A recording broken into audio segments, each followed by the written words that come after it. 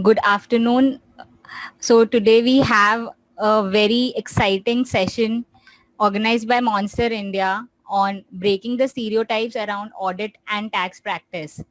Being a CA myself, this is one topic very close to my heart, and this will, kind of have a lot of candid discussion with the stalwarts of the industry who have made their career, who have spent decades of their career in audit or taxation, whether it's internal stat audit, risk advisory, direct tax, or GST, which are the core areas in which a chartered accountant works. So we have with us a lot of CA partners of top audit firms, global firms, consulting firms.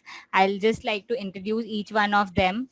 Firstly, Mr. Ravindra Rao, who is a chartered accountant with over 3 decades of experience. He has been with Mazar since 2011, handling Western and South India consulting practice. He helps transform family-owned businesses into professionally managed companies. He's a positive thinker, happy personality, and leader with some impactful qualities. Then we have Mr. CA Manish Sampath. He's a CA with 25 years of experience, partner at CNK and Associates, practicing in audit and assurance. He has handled statutory audit of several large banks, listed foreign companies, large private companies, also handled audit for RBI. He's currently the chairman of the Accounting and Auditing Committee and immediate past president of BCS.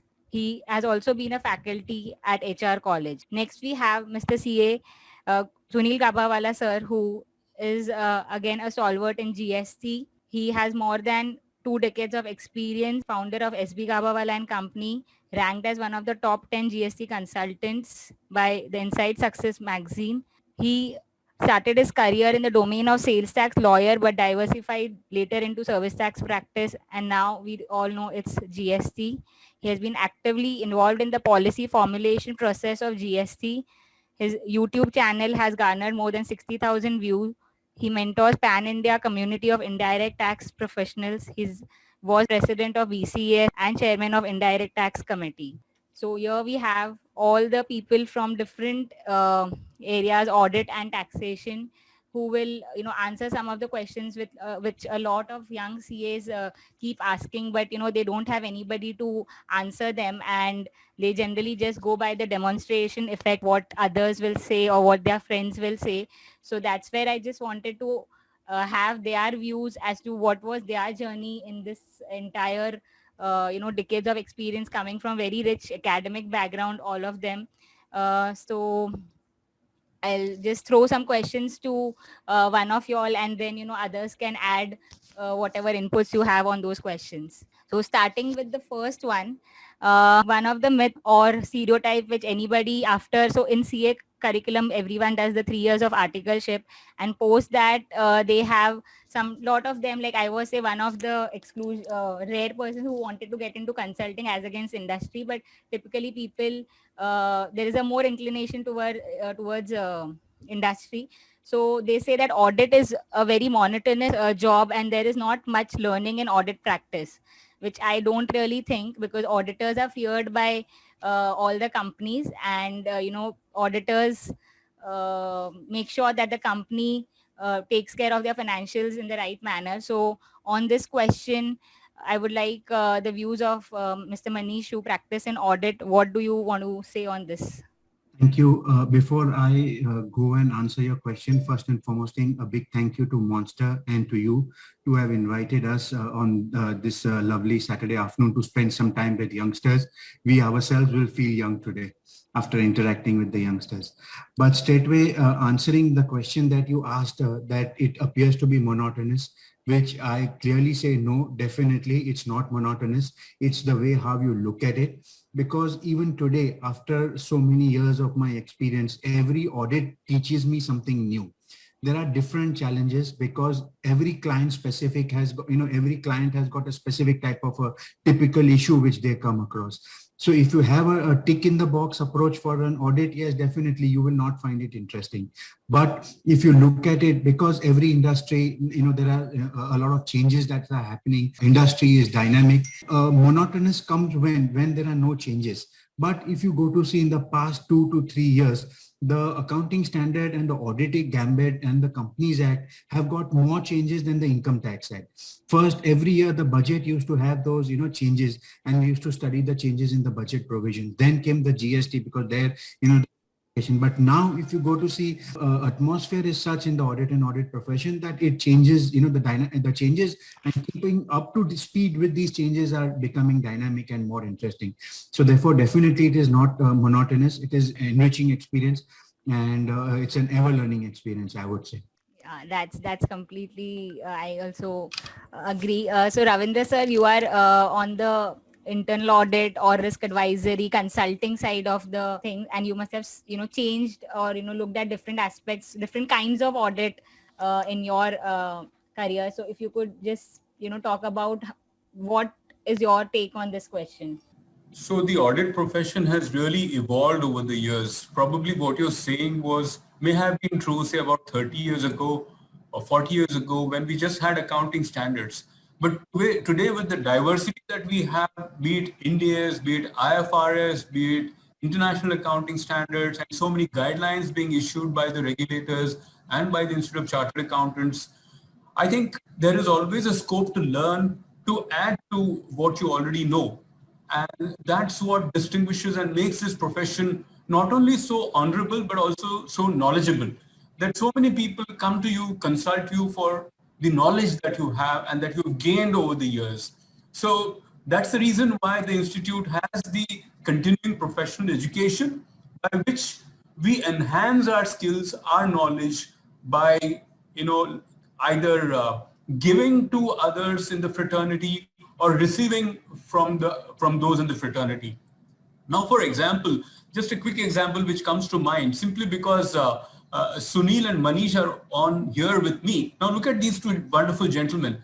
They have found a way of enriching themselves in the role that they perform by being part of a very good society, which gives back to the fraternity of chartered accountants and all other professions. So that's another good way of engaging yourself in when you think that you are monotonous or getting auditing. Not that it never does, because like Manish says, it's exciting. Every company is different. Every company has its nuances. Every company has something or something which makes you go back to the textbook, read up a little bit, and that's how you enhance your knowledge. So that's my answer to it. It never gets boring, believe me.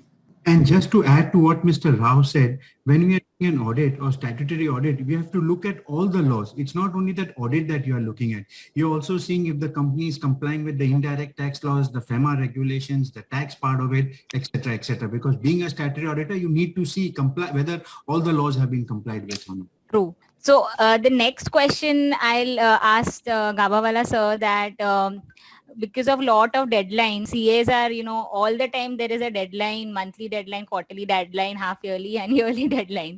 So typically this is the mindset that, there will be late sittings because of statutory deadlines. In the long run, you won't have work-life balance. So now that you have grown the ladder, obviously at the initial stage, yes, there would be some late sittings, but do you think it is a good career to be say from GST standpoint, because GST again is evolving and there are so many changes, a lot of hiccups come in the compliance, website down, and lot of things happen, and because of it, and clients don't give us data. So that thing is that at a late sitting and work-life balance, and the current generation is all the more, millennials think more about those aspects. So what is your take on it? Yeah, thank you, Namita. I think the concern which you are raising is some fear which many of the youngsters would definitely have. And I would like to just give you a little bit of the perspective to this entire thing. And I have been in the indirect tax practice for 25 years. And our firm, exclusively into GST practice, works for 5 days a week. All the weekends are fully off. Even on the weekdays, we do not expect more than 9 to 10 hours of work output a day. So in a way, we are maintaining a work-life balance. And to understand this, I think the youngsters need to understand the entire scoping of what are the actually areas of tax and indirect tax especially. So I would believe that you have to look at basically the role of a tax consultant at any point of time would be essentially to marry the business understanding and the business activities with the tax laws as they are drafted and as they are interpreted by various courts. And that's where I think the entire excitement comes in, because it really gives an opportunity to the youngsters to really understand each and every business nuance and also understand the law. And when it comes into those advisory roles, and when you are trying to marry both of these, you end up giving some type of a workable and a stable solution. So that is one important area, and I think that is very important for youngsters to understand, that they need to really look at work as a worship and look at it as an exciting. If that drive comes from within, I'm sure tax and GST have lots of opportunities, let it be advisory, compliance, litigation, including training. I would say it's a huge area of activity which over a period of time can help a person. If that person has that flair, he can go into that zone. Coming to your question of late sittings, to a large extent, I think it depends on many factors, and it's how a firm structures itself. Do they have a sufficient ratio of employees and resources vis-a-vis the client work which they are doing, or is there an over leveraging between the two? That is one important factor which would have to look at. Secondly, whether the firm balances, because as a firm, the firm has to balance between client needs and employee needs. And to what extent is the firm strong enough in balancing this, demanding data from the client at appropriate times, at times even telling the clients that, look, if you're coming on a last minute, we will not be able to do the work. Whether the firm has that culture of saying no at appropriate and in emergency times, not losing the client centricity, but yes, that balance between that is very important. And despite all of this, there would be one-off occasion where there would be late sittings. If there is a deadline, it would be there. But Namita, I can tell you that in tax practice, while there are deadlines, there are also periods of lulls. So you will have areas where you will be very intense in terms of your work activity, and naturally with your excitement and dedication, those days there will be work. But there would also be seasons where you can really take a long vacation off and things like that. It's not that the entire year you'll just keep on doing work and slogging around. That's what I would believe. I think ultimately it will ultimately boil down to two things. One is the excitement which that individual has, and secondly, the firm culture in terms of trying to balance the client and the employees and both the aspects of this entire game. Yeah, that's a nice take. Anyone would like to add on this, Rao sir or Sampath sir? For If I can just add to it, and I'm looking at it from the other side, that I think Sunil has said everything that needs to be said. But when one looks at it from the other side, it's where you would like to reach. If you would like to reach at the top of your profession, be it a Sachin Tendulkar, be it a Saina Nehwal, be it a Vishwanath Anand, they all have undergone late sittings. They all polish their games even today. So the audit profession or the tax profession or the consulting profession is no different. We need to polish. We need to always deliver the goods for our clients.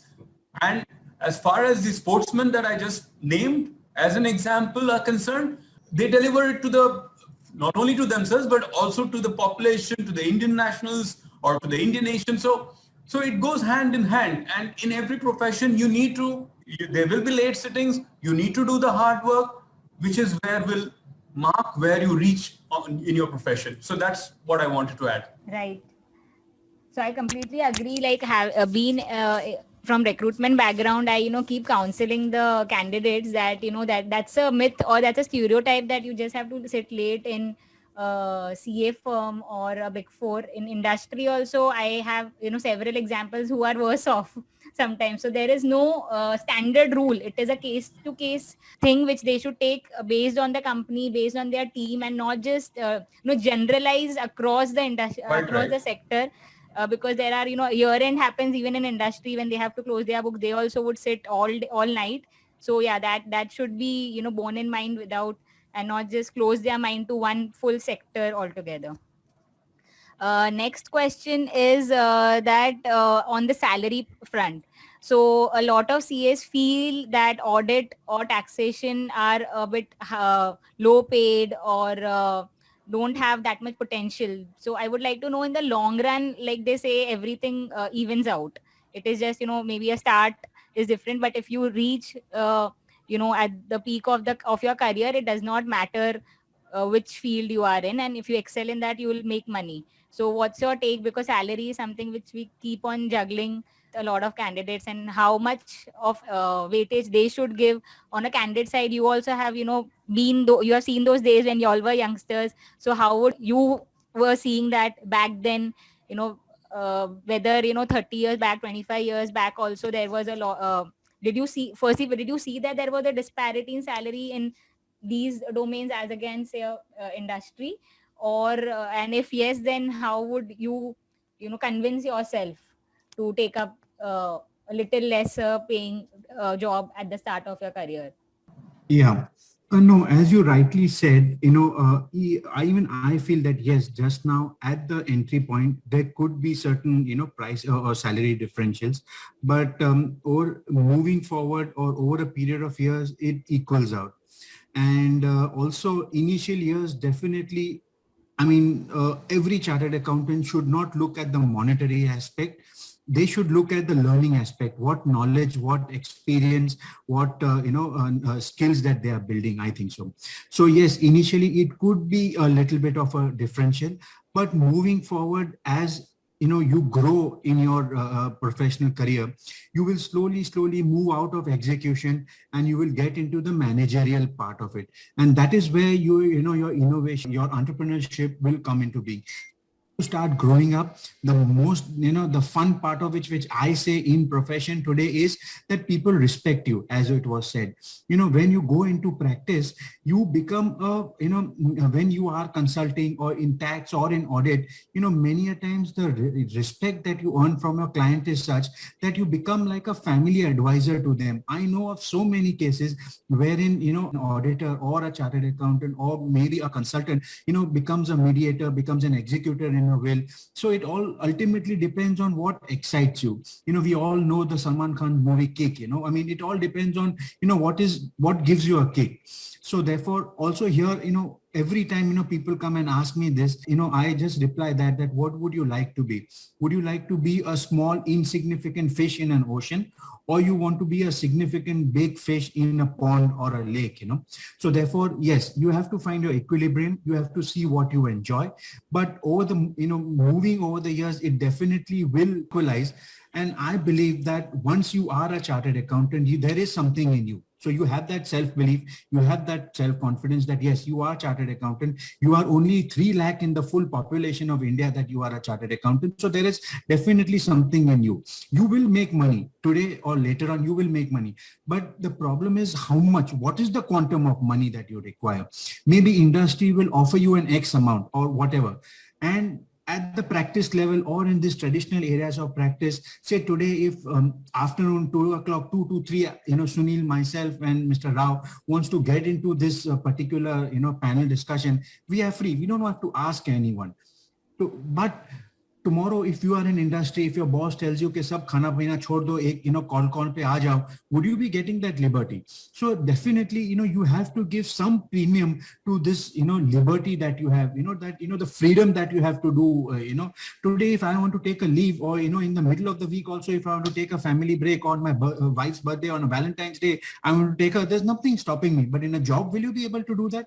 So you have to keep all these matters in mind. So ultimately, as I told you, it all boils down to what gives you a kick and what satisfaction you get and how happy you are. You might be happy with, I know so many people who say, no, I don't want to take pressure. I'm happy with what I'm getting today. Today, I'm for sure, I know that if Sunil or myself or anybody of us would have joined, an industry or something like that, definitely we could have got more of where we could have reached. It could be any which way, but it's okay. This is what we have chosen. And in all our individual respects, we have been successful till date, that way it is.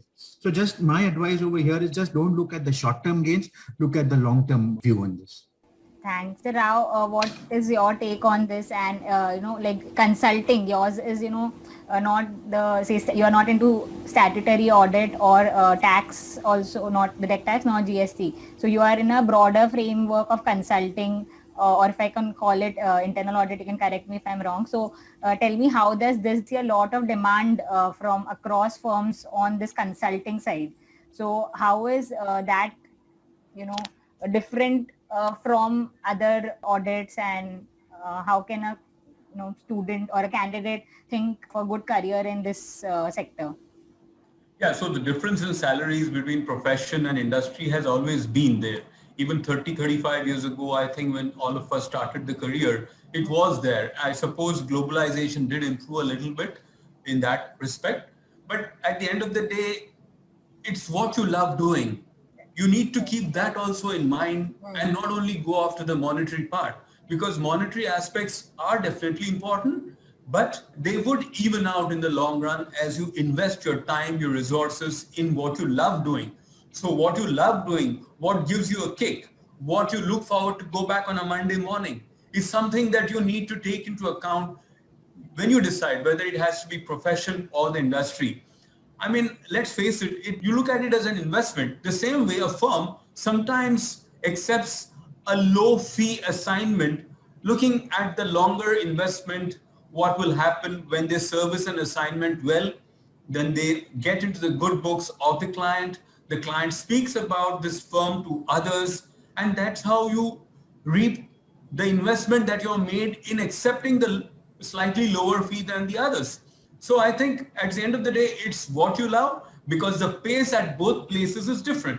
Industry is more laid back. You need to just do what your job role requires you to do. Consulting is when you roll up your sleeve, go down to the shop floor when there's a demand, and it is fast paced because it's a service that we are giving to clients. It's a service that moves very fast because of various issues, be it staffing issues, be it the speed of delivery or anything. So that is my take on it.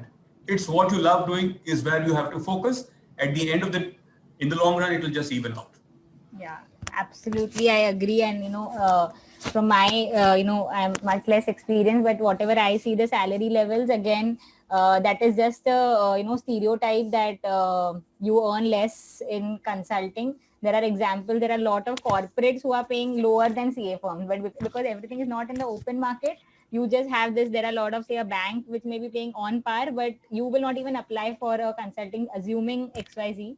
So let that assumptions not be there. There are a lot of corporates also paying less. So it's not even a standard rule. And having said that, what you all said that, what you love doing, that will make sense and, make you expert in that field. If you're just doing it for money, then you might end up after a few years not liking the job itself. Namita, just to add one more thing, all three of us are professionals here, at least with 25, 30 years experience.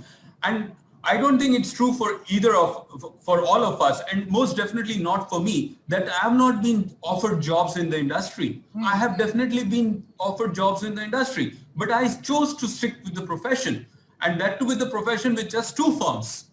That's because of the love for it, either for the firm or for the profession that you're in. So, that just wanted to add another aspect to it. Right.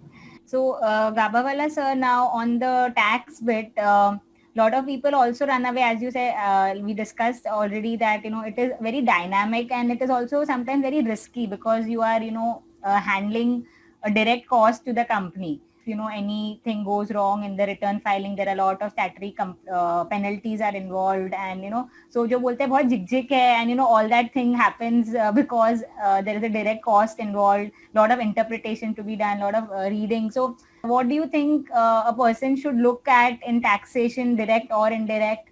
What kind of mindset he should have, and give him a broader perspective of that as a career on tax? Sure, Namita, but before I go into the question of your risk, which you just highlighted, I just want to circle back on that earlier question of the payrolls and the industry versus practice and what is paying in the immediate term. As you rightly said, anybody who is into either the profession or the industry knows that yes, in the initial years there may be a little bit of a difference between industry and practice, consulting space in terms of the payment. But over a period of time, there is a lot of stagnation in the industry. That is, I think, very important. And just to give perspective to the young friends who are coming into the profession, I'll give you my example and not quoting absolute numbers. But I can tell you the money which I earned in the first year as compared to today in the 25th year. I am having around 70 to 80 times the multiplier. I'm not, maybe I may be an exception because of the niche which I have developed.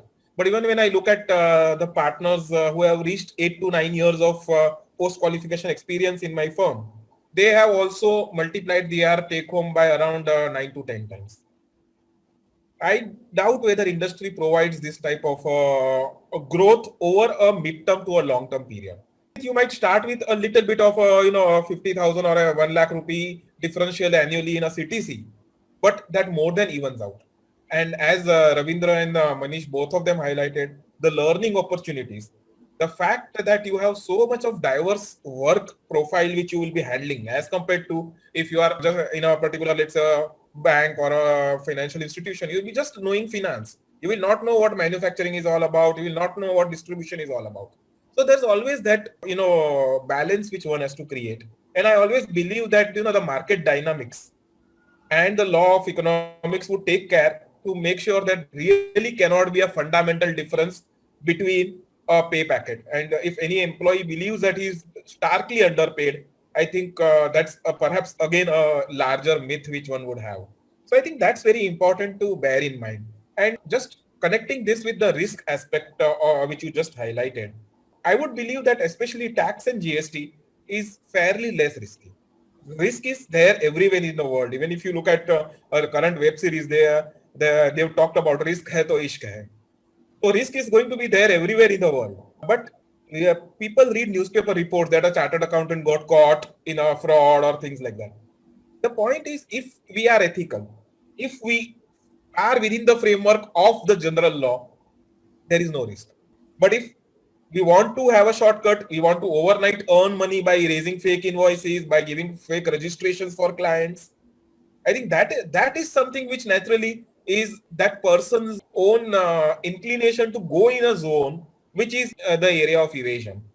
If a person is not in that zone, if he is sincere about his work and he stays within the four corners of the law to the extent possible, I believe the risk is really not there in tax and the GST practice at all.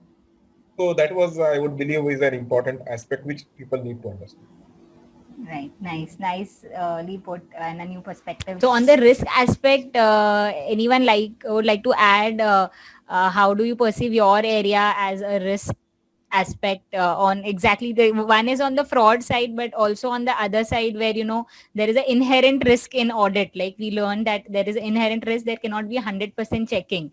And if there is something where, management has deliberately done certain things, it is not possible for an auditor to check. And there are a lot of, statements being issued by, how much can an auditor check, what is the scope of audit. So on that, what's your take and how should and I think statutory audit is the it's not just bread and butter, but it is like the core area. That is what only a CA can do. Rest, say everything else has different other professionals can also do, but stat audit obviously only can be certified by a chartered accountant. So given that, risk side, if you could highlight something.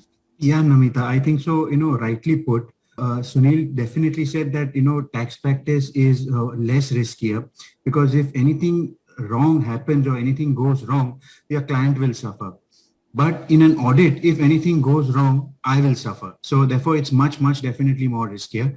And, when you ask the question of risk, the first thing that came to my mind, and that's what my really good friend Sunil said, is that risk hai to ishq hai, So therefore, definitely risk is there in everything, or even in industry, the risk is there. But yes, in statutory audit, definitely the risk is more.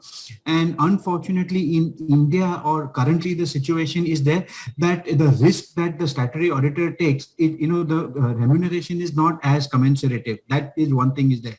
But I'm saying that things are definitely changing. But there are, procedures that you can mitigate the risk. Definitely in life, you cannot, eliminate risk, but you can mitigate the risk. If you have your technical skills in place and if you are following your standards on auditing, because now I'm talking about my field of practice. If you're having the standards on auditing, you've kept your documentation in place, then I think so you can mitigate the risk to a greater extent. And as Sunil rightly said, if you are looking for shortcuts, then definitely God save you. But even I mean, I have heard stories and I've heard incidences where even the regulator has called up an auditor and they have seen the situation, they've seen the scenario. If an auditor has been able to demonstrate that he has taken utmost care, he has, followed his due diligence, he has followed the standards on auditing, all the documentation is to his support, then even though there has been misstatements, they have been let out scot-free, only with a warning or whatever of negligence or something. So therefore, yes, definitely risk is there, but you have areas of mitigation of risk. And there is a notion right now, because a lot of negative publicity has come, that audit is risky. So therefore there are less people coming.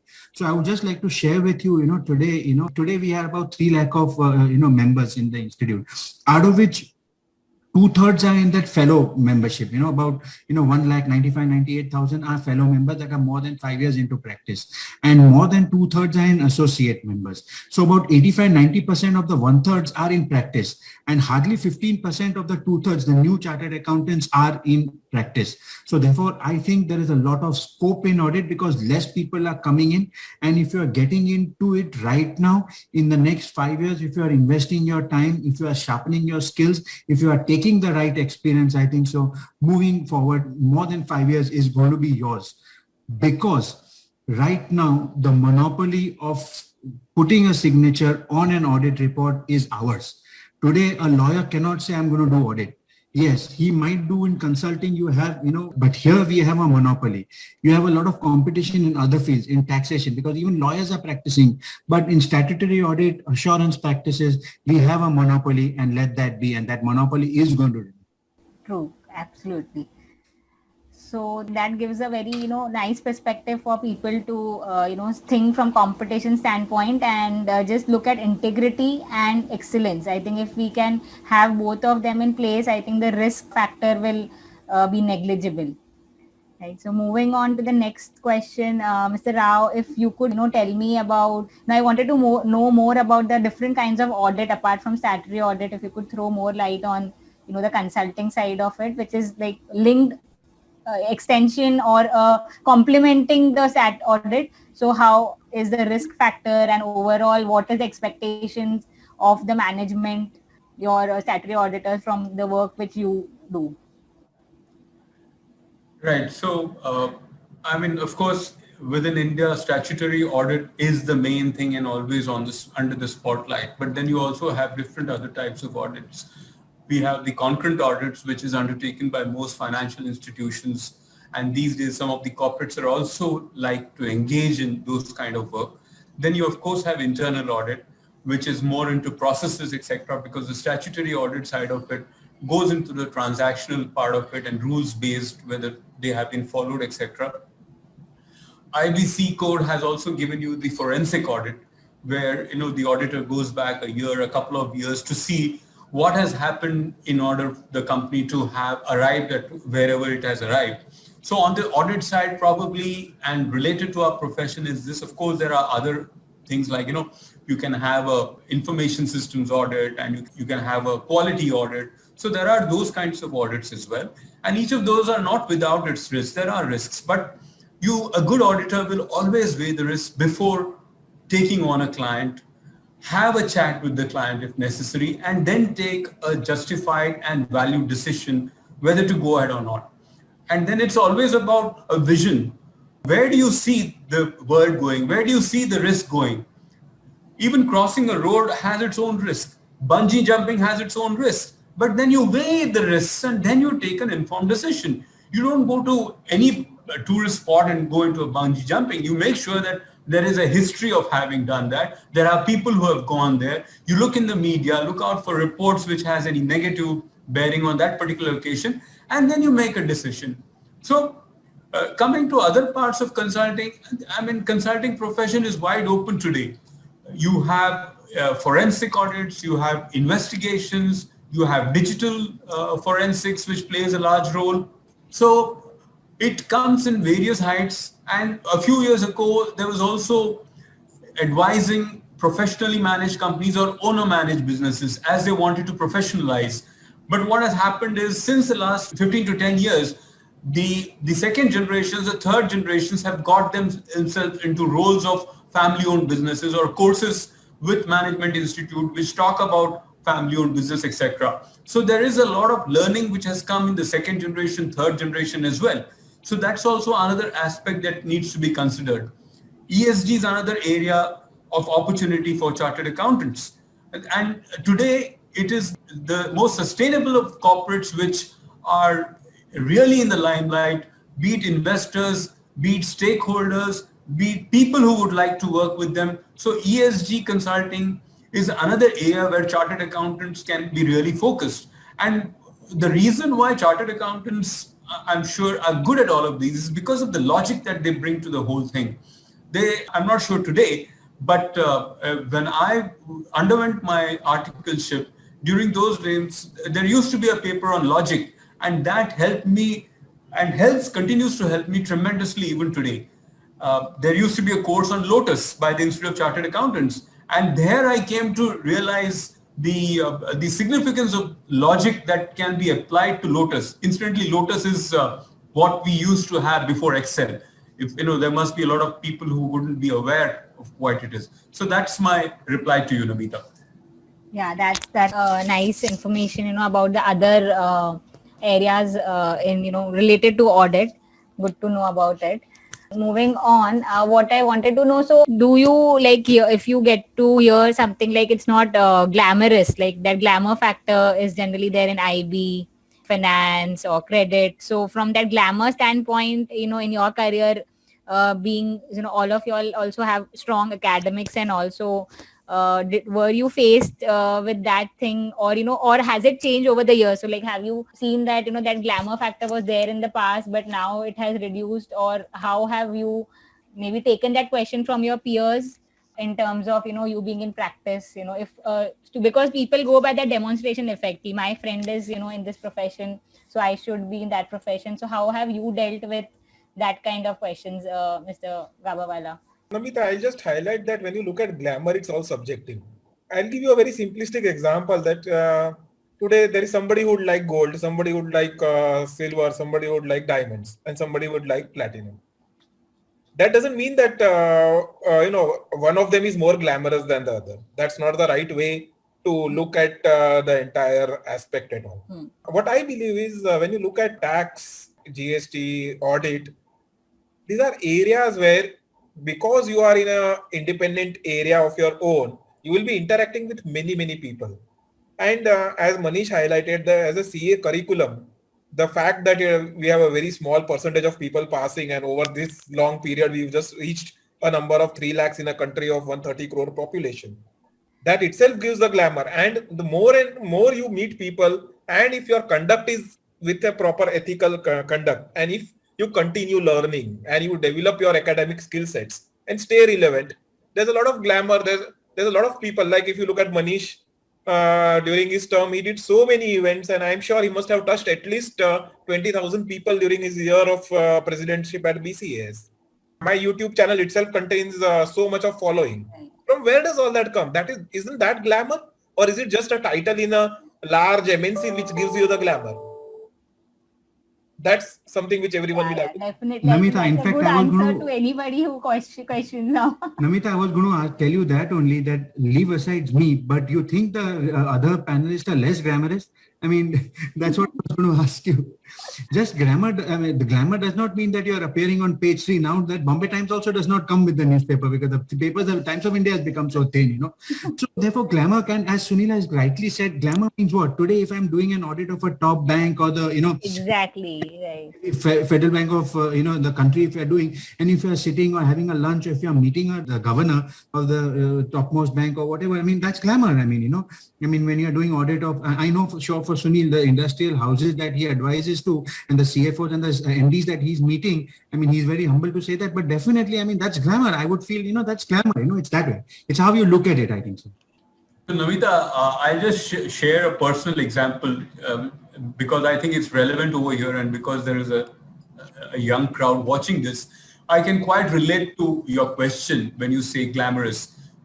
So immediately after qualification, I had this thing in my mind that advertising industry is glamorous, because that was the time when the color TV had just come, the Asiad had just passed, and it was opening up. Television was opening up. There was a lot of advertisements coming up. So somehow I got it into my mind that, wow, working in an advertising firm would be great. It would be fantastic.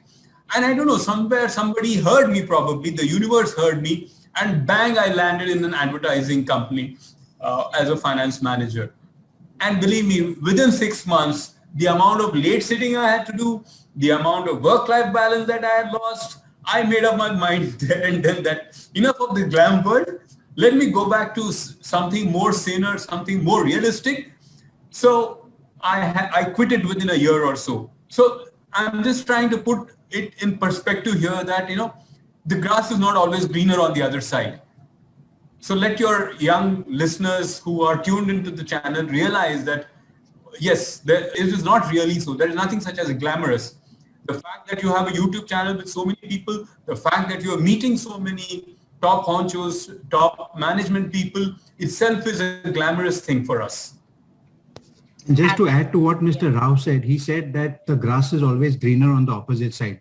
And you are the one who is actually watering that grass to make it more greener. It's actually your mindset. It's that way.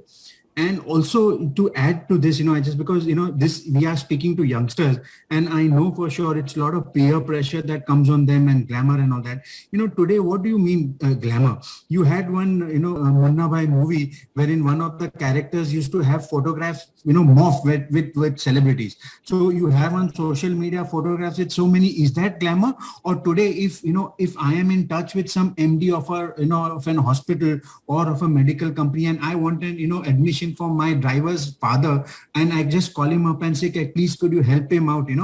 This is what it is. Actually, this is the advantage of practicing consulting, that you meet so many people, you build so many relationships, you build so many contacts that which will help you. So, we as chartered accountants are termed, like we are not glamorous or something like that. But is it actually because we ourselves are, not very forward. We are not very, glamorous or whatever. So therefore that, it's a feeling, but it's not true actually. So I would say, so whether just photograph is glamour, or you get, getting some work done or using your contact for somebody else's benefit is glamour, that way. Yeah. So I would like to sum up. I completely, agree with what each one of you have said. And in fact, that's what I keep counseling the students. So I tell them that the CAs are the one who advise all the glamorous people. Even if you look at it that way, they are the people who advise all the CFOs. They are the people who advise all the MDs.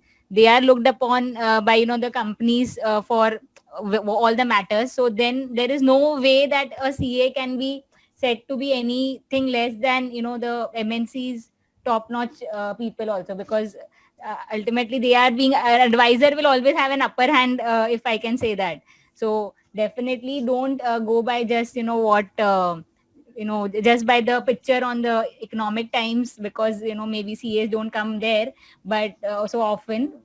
But still I would say that CA as a profession itself, like, we are very few in number, and that itself is the glam element there. And also, Namita, if you see today, whenever there is a change in law or the regulations, some challenging, who are quoted in these business papers, in the pink papers? It is the chartered accountants who are in consulting, who are in practice are quoted, Right. Industry will come only when, say, for example, as Sunil rightly said, okay, if you're in a bank, then only if regulations for banks are there. But if it's a taxation issue, which if the full economics of the country gets shaken up, then definitely you see who are quoted. All these are the chartered accountants in practice who are quoted. Right. And the kind of, the variety of work, which, I personally also like, you get to learn so many areas as against, just doing one company's one department. And as against in consulting, you get to learn across sectors, across roles, meet so many people. I think that the learning curve can never be compared to industry. You will definitely have more in consulting, audit, or taxation. So now the next question is, over the years, what thing has, if you could, each one of you could tell me what has become easier in your practice. So, there was, say, this was something very tough that time, and that this has become much easier because of technology or whatever. What has become easier and what has become tougher over the years in your practice area, because of the 20-30 years of experience you have? One thing, if you could say. So if I have to talk from the tax and the GST domain, indirect tax domain, I would believe one thing which has become easier is access to information. And I mean, generally, when I did my studies and when I was studying the tax paper, I honestly, at that point of time, I walk back and I look at it, I didn't find it too exciting because there were just too many sections, there were just too many case laws to learn up, and there was a very fat book which we had to learn for the CA final. So all of that somewhere did not give me, that excitement to immediately start a tax practice. And of course, being a rank holder, I had many opportunities from the industry, but we had a practice, small practice from my dad's place to inherit. And then I took a choice that, no, this is something which really excites me and I need to go here and we need to look at things in a different way. So at that point of time, when you look at the things, you have to really pick up a book, go into each and every detail and finding a particular case law was also difficult at times. Over a period of time, there are so many softwares which have come up, which at a click of a button, you are able to search whatever research you need to do. So there is a lot of phobia which people have that, we need to memorize sections, we need to memorize this. All of that is there for your CA finals. Thereafter, in practice, you don't need to memorize any section or an accounting standard or an auditing standard. All of that is available on your checklists and it's available in a soft format. So I think that is something which has become a lot easier over the last 2 decades. That's what I would believe. Mr. Rao, what do you think has become easier? Yeah, I think I would definitely say that, the use of the internet, the fact that information is available at our fingertips is definitely the most useful thing that has happened. Knowledge is free, you can grow. And incidentally, yesterday was 28 years completion when the internet was free to the general public. 30th of April was the date in 1993 that it became freely available to everyone. So that is one thing. And secondly, if I recall, it's the totaling or the use of the computer in documents, in doing up our reports. I can still, visualize in the 80s when we used to have the Remington typewriter, and there used to be a carbon paper behind it, and used to go bang and use the whitener over it. So all that has gone away.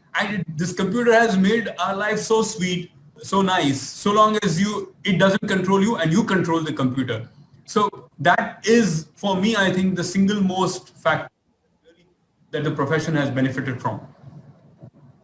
No, I agree with both of them. I think so. Technology and internet, the information. These are the two things, because in my articleship also, I remember that I have done balance sheet manually, and drawn up the full financial statements. And whenever there is a difference, God knows how much time it would be, when the balance sheet was not tallying, from where to get that differences. And also, since my career, I've done a lot of bank audits. So earlier, I know physically how those records were maintained. And now with the core banking solutions coming in, it's become easy that I can do audit sitting at home. I can do audit of any branch, even international branch of any bank. I can do the audit sitting at home only. So I think so this has helped a lot. Right, interesting. So that is again a good thing for the youngsters that you are in the era where things have become easier as against what the struggles were there in the past. And what has become tougher, you think? That like apart from the laws would you put that as being a tough thing, or it was tough that time also in terms of the laws evolving and interpreting laws and everything? So laws have always been a little bit different, and it's always an interpretation of law, and I don't think that has become tougher to a large extent. What I feel is because information is a lot easier to get, it's more important that the individual presses upon his analytical skills, and therefore identifying a value proposition. And I would believe that is not only across tax or audit. I think that's across everywhere. And I know when I started my career, we had 3 dedicated typists in our office. Now that entire role of the typist is no longer there. It has become redundant. So what has happened is, over a period of time, I think individuals will need to gear up to the changes and adapt to the changes and grow more in terms of analytical skill sets and provide a value proposition to the clients. And that is what at times becomes a little bit difficult, especially at the starting level, to really identify that type of a thing, because that needs a lot of reflection, a lot of learning and all of those things. Right. Mr. Manish? Yeah, what has become tougher is that people have relied is, just carrying forward what Mr. Rao said, that as long as we don't get dependent on the technology, on the computer, and little bit what Sunil said, that technology. I think so now the people that we are getting, are just relying on technology and they are not innovating, they are not Right. their brains, and they are not actually. Audit ultimately is a feel, it's your perception. How do you have, it's not just, technically just go by the copybook. You have to, little bit move out of your comfort zone. Also look at, you just don't cross the road because last year the auditor had written in his work papers, we crossed the road. No, it would mean something different. The road is dug up, you'll fall into the hole if you just blindly cross the road. It's that way. So people are now becoming too dependent on these things. So therefore I think so more analytical, and yes, definitely, you need to go back to basics. This is where it's getting tough. Earlier we were with the basics and we were facing challenges because we were growing. Now we are grown so much that we are not looking at the basics. This is the challenge. Interesting. Yeah. Mr. Rao. So I think, Namita, for me, it's probably the fact that, the pace of changes has increased tremendously. So you have one change coming, and soon after that, by the time you acclimatize yourself to it, there's another change that happens, and linking that change to the other laws is probably one of the things. Together with that is also the fact that Gen Z or Gen Z, the younger generation, meeting their aspirations, retaining them, staff loyalty, talking to them about all of these, and making sure that they are retained with the organization over a significantly medium level kind of period, and to reduce the churn. That's all to do with the aspirations of the younger generation, because their aspirations are completely different from what ours used to be in Right. our younger days. So recognizing those, adapting to those changes, meeting them to the extent that we can, is also something that has gone tougher, and it is a challenge today. Yeah, points, right. We have crossed the time, but I had one or two more questions if I can take it. Yeah. So I wanted to understand one more thing, that what is the kind of person, like a fill in the blank, that if a person enjoys this, he will be a good fit into this and a good he'll have a good success in this. What is the skill set or the trait, or like say if for myself I could say that I would love reading tax laws, so that's why I was enjoying tax, as against somebody who doesn't like reading. So what is the core trait or interest which a person should have to be successful in that in the domain you are currently practicing? So I would believe that when we are looking at tax or GST, or for that matter, many other areas as well, the interest to learn new things. And that interest to learn new things can manifest itself in many ways. One is reading, one is talking to people, one is researching, one is attending programs, and then trying to reflect on all those learnings and analyze those learnings for the advantage of the businesses is something which is a very important trait which will be differentiating the success of a person in a career, irrespective of where he is. Right. Ability to learn and keep on learning. I especially unlearn and learn because of the changes. You have to keep, unlearning and learning yourself. And at your age, I'm sure you must have unlearned laws at least, 2 or 3 times the entire law. And if, that is something people should be open to, which they have sometimes a closed mind ki वापस से कौन पढ़ेगा what you have already studied, say in your academics, right? What's your take, sir, Mr. Rao? Yeah, so I think, consulting is a kind of a creative profession. That's what I've come to realize. So you need to come up with creative solutions to problems that management have in a way that satisfies them. So if you are able to go away from the beaten path, think outside the box, think differently, which means spending that 15 and that's what I keep telling staff, spend that 15 minutes in the morning session, another 15 minutes in the afternoon session doing nothing. Don't do anything. Just sit in a corner and think about what you have done in the morning session, or think about what you have done during the afternoon session. At that time, you'll come up with some more ideas as to how you can tackle with whatever solution the client is looking out to. And it has personally helped me and continues to help me when you sit quietly doing nothing. People think it's a waste of time. No, I don't think so. I think you're really investing your time in a thought process. Thinking is very important, and no matter how busy you are, I think thinking is something that one should never let go. It's another matter how we find the time to do it. But I think if we make it as a mantra, as a practice, I'm sure we can find that 15 minutes or half an hour every day in order to, spend accordingly. Well, I feel, always questioning, that is a thing which will help, because, I've seen that many a times we just give a task to anybody or any team member, even it may be some senior also. Many a time what happens is they just do it, they look at the last year's work papers or they look at and do it. But they are not understanding that, okay, if I'm asking them to give a particular or asking them to do a particular assignment, you go behind the motive, that what is the motive behind it? What are you going to certify? You understand what is going to be the implication.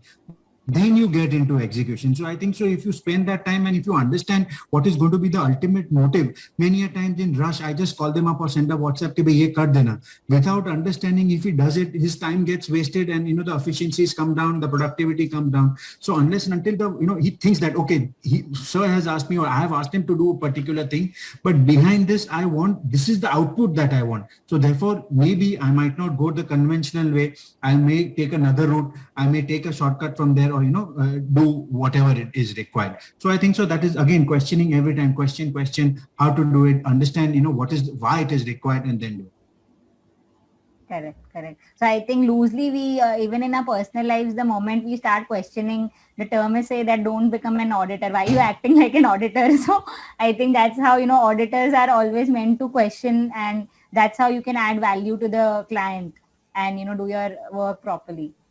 Completely agree. Yeah.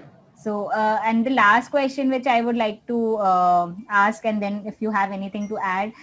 So even if, people are say confused being young currently, what is the transition chances? Like if they don't want to, reach the, highest level of being a say partner in a firm, then, if they want to drop off after 2 years, 3 years, 5 years, whatever is the time span. So then from that perspective, how easy it is for, someone to start with these areas and then gradually move there as against, starting from industry itself, because that's a, ask which a lot of people have, that will I be able to get into industry? And you must have seen a lot of your peers, doing well in industry also in different areas. So, and how many years should they spend? So how easy or difficult it is? And how many years, maybe if you can give some insights on that as per your experience, starting with Mr. Sampath this time. Okay, what I feel, my personal view is only by observation and coming across people and meetings and seeing situation. It is easier to go from practice to industry. But I have seen cases where in the other way around, people coming from industry back to practice failed miserably, or maybe you can say the percentage is very, very less. So therefore, ultimately, I would advise, I'm telling you because my son also is just 1 year qualified. He's also passing through the same phase. So therefore, my advice is that, even though you've done 3 years of articleship, maybe a year or that after that also you have worked, that is not sufficient enough. Unless and until you are a rank holder, or unless and until you are dead sure that this is what you want to do, and you want to go into investment banking XYZ, and you are sorted, you've done your MBA and you are sorted. If you are in your middle path, you are undecided, you are thinking what you want to do, you want to 2-3 years, you are going to take a time to decide what you want to do, is my advice always is that you join a reasonable sized firm wherein you will get good experience. If you have done an articleship in a reasonable sized firm, then maybe you look at a firm little bit bigger than that. You work, take experience, and then you expand your, build your skill sets, because yet you are young. You have learned actually the technical skills, or you're learning technical skills and technology. But it is also more important to learn how to manage people, how to become leaders. So this is where you take the experience now. If you think that you have gained technical knowledge, you concentrate on your all-round development, leadership development. You get into public speaking. You meet people. You develop your people skills. How you manage people, because that is what is ultimately going to help you, whether you are in industry or in practice. People's management, crisis management, how do you handle situations is what is going to keep you aside from, to separate the men from the boys. So I think so, yes, maybe another 3-4 years you decide, you look at, and maybe in the meantime you shortlist a couple of industries and say, for example, I mean, I'm just giving you one example that comes in my mind, is that, okay, if you want to join an insurance or a mutual fund industry, you take up, go in a firm where, are doing audits in that particular industry. So you get an overall all-round picture, get all-round experience, and then probably look for a jump if you want to jump. It's that way. Right. Mr. Rao?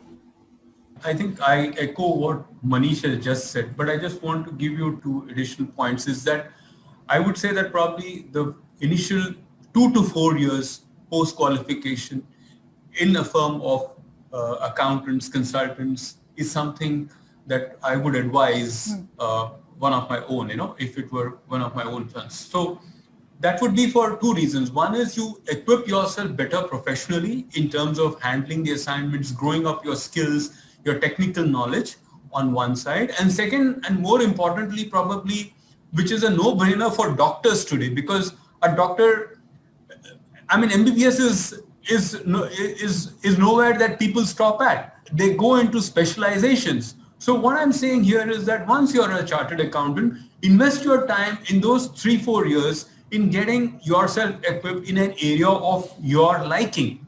It could be an information systems qualification, it could be an internal audit, it could be a forensic education, and now we have a forensic institute in Gujarat as well. So you have an array of areas that you can equip yourself and differentiate yourself from your peers, and that will help you in the longer run. So that is on one side. The second thing, what I wanted to just highlight here is that people are bothered today, especially youngsters, that if I go into this, I won't be able to go into that. Nobody will recognize me. That is a complete myth. I relate here myself with my own example. I started off in a CA firm for a short time. I went into an advertising agency. From there, I moved to the Middle East. I was there for 20 years. I came back. I invested in my own setup for a few years in terms of professionalizing various businesses. And in the last 10 years, I have been with Mazars. So, and I have enjoyed every bit of the journey. All the 5 or 6 stints that I've had comes with its own set of experiences, which enriches you. It doesn't take anything away from you. You become that much more wiser, you're that much more enriched, and you're able to advise the younger generation that much better. So that's my feel, that there is no such thing. Follow what you like, do what you love, and the rest will fall in place. Nicely put, Sunil sir. Yeah, Namita, I totally agree with what Ravindra and Manish highlighted. There is this concept called 10,000 hour rule, which says that if you are to develop your skill sets and specialize in any area, 10,000 hours is what it requires in that topic for getting developed, which roughly might translate into 4 to 5 years of actual work before one can really say that, yes, I am into this area, So when you're looking at, so that one important aspect which I think is important is that people need to have patience. It's not a 6 month or a 1 year within which one can really take a call of switchover. Now, when you're looking at this concept of switchover, that whether industry, you can move to practice, whether you can move from practice to industry, as Ravindraji's live example, he highlighted all the different stints which he had. And I'm sure there are many examples like this where people have moved from industry to practice and at the same time from practice to industry. I would believe it's easier to move from practice to industry than from industry to practice. And that is for 2 reasons. One is when you look at practice, as we said, we have a diversity of knowledge which we keep on acquiring and diversity of experience and relationships. All of this essentially helps you to move into industry and then find your liking and go into it.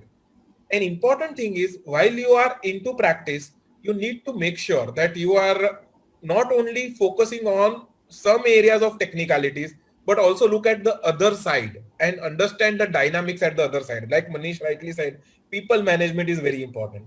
If you are not developing that skill set, then maybe yes, you might be a good technical person, but then moving to the industry may be difficult. But if you are able to also develop skill sets like people management, you are able to also understand the dynamics which businesses go through by talking to your peers and being in touch with them and networking with them.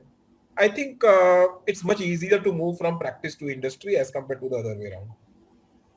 Thank you so much for, sharing all this precious advice. I think 10,000 hours and all, this will actually help people decide that, how often they should switch job in the current generation, which, hops jobs so often as against you all who have, spent almost, a good decade every organization, if not less. So with this, I think we have already, crossed the time we had thought for, but it was actually a very, very interesting, insightful, enriching session for me as well as, all the people who have joined in and people who will be viewing this on YouTube. So if anything you would like to just sum up with or share anything funny which has happened, anything you would like to close the discussion with. I would just like to add that ultimately, it is what gives you happiness, what gives you satisfaction, what you are looking forward next day to go to office to do. It should not be now, "Arey, वापस office जाना है, कल अभी क्या है?" It should be, yes, I'm looking forward for this. This is going to excite me. This is going to happen. Yes, monetary is important, but that is not the ultimate thing. Beyond a point of time, after a reasonable size of success that you have reached, definitely monetary will not remain everybody's driving force. That for sure. You take it from me. Even though right now you are saying, "Mere ko paise ke, I want to earn right now," but even moving down the line, money will not remain your important thing. It will be the respect. It will be the love. It will be the, people knowing you, which will give you a kick. People knowing you, which will important. Will like you. See, I would just like to share, of course, there are many such incidences, but two instances where, I definitely like to, correlate. Today, what is happiness or what is satisfaction? Today, if I want to judge my success, how will I judge? How people think about me, So therefore, I just want to like to share two experiences which actually really happened in my life. One was earlier in my career, when we did a due diligence of a target company, and I was sent by the investor company that, okay, we want to invest in that particular company, you do the due diligence of that company. We did the due diligence. Of course, naturally from the due diligence, whatever, the transaction did not take place, but the target company on which we did the due diligence was so happy with our, service that they took us on board, that you become our statutory auditor. Now, what is more exciting? What is more, success than that? Second incident is that, after a, particular audit was over, or, after a transaction was over and there was some celebrity party and all that. So the top management, had thrown a party for all his friends, the businessmen and all that, and was invited me also. And over a, glass of wine, he just introduced me to all his friends and, all from the business background, that this is Mani Sampath. He comes from an X, this is the firm. Mind you, they are expensive, but they will deliver more than what they have promised. What else do you require than this? So this is what, this gives you a kick. So ultimately keep that in mind. Money is not everything. It just depends on actually what gives you satisfaction and happiness. There are success stories on both sides, industry, practice. There are less success. I would not say failures. I would say less successful stories on both sides. So yes, both have got the pluses and minuses, but ultimately what gives you happiness, what gives you satisfaction is what you need to do. Yeah, I think I would say follow your heart. Yes. That's all there is, because when you go back home, when you sleep, rest your head on the pillow, you need to have a good night's sleep. So that can only be done by doing something that you love doing. Right from the bottom of your heart, you love doing it always. So, and the monetary part will always follow. It is a given. That is the law of nature. You do something with dedication, with commitment, with love, with responsibility, everything else of the jigsaw puzzle called life falls into place. And as far as a funny incident related to the profession is concerned, I remember this was my initial days. So I used to be based in Oman, and Oman being a predominantly Arabic country, we had an assignment with the government, with the government of Sultanate of Oman. So we had this meeting with His Excellency, the Under Secretary, and those were early days for me. So I had not yet quite soaked in the culture of the Arab culture.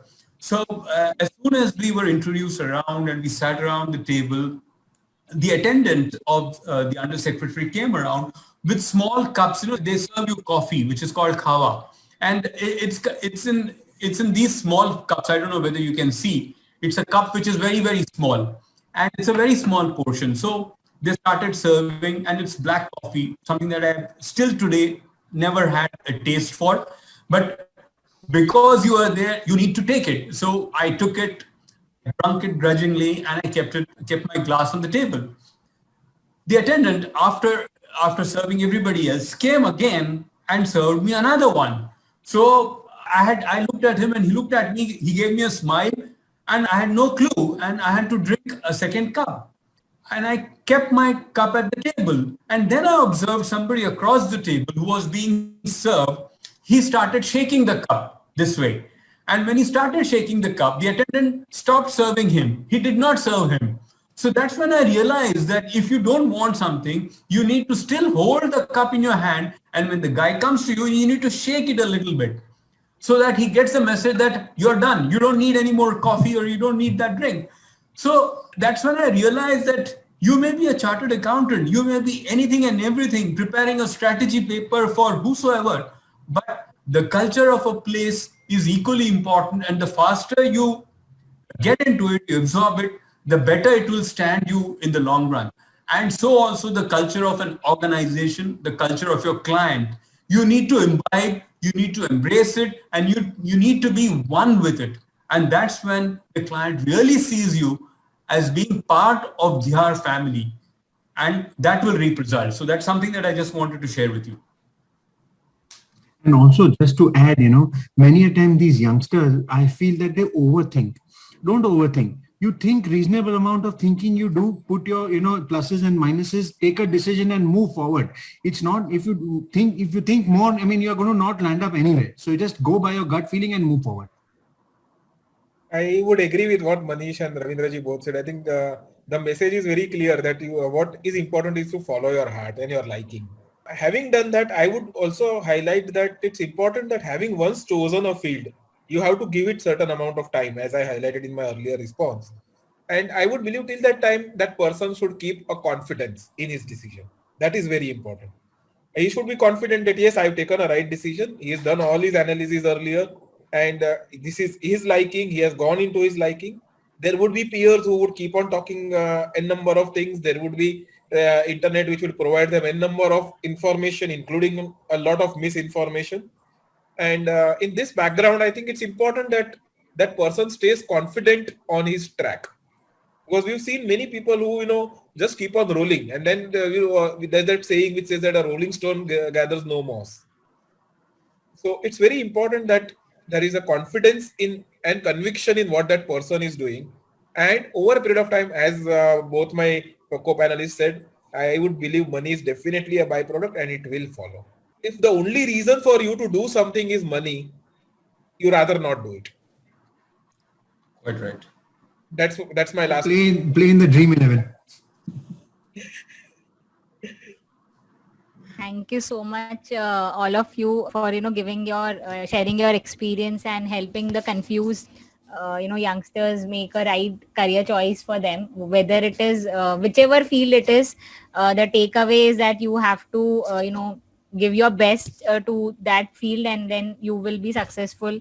Work on your weaknesses, have the right attitude, and then sky is the limit in any career you choose.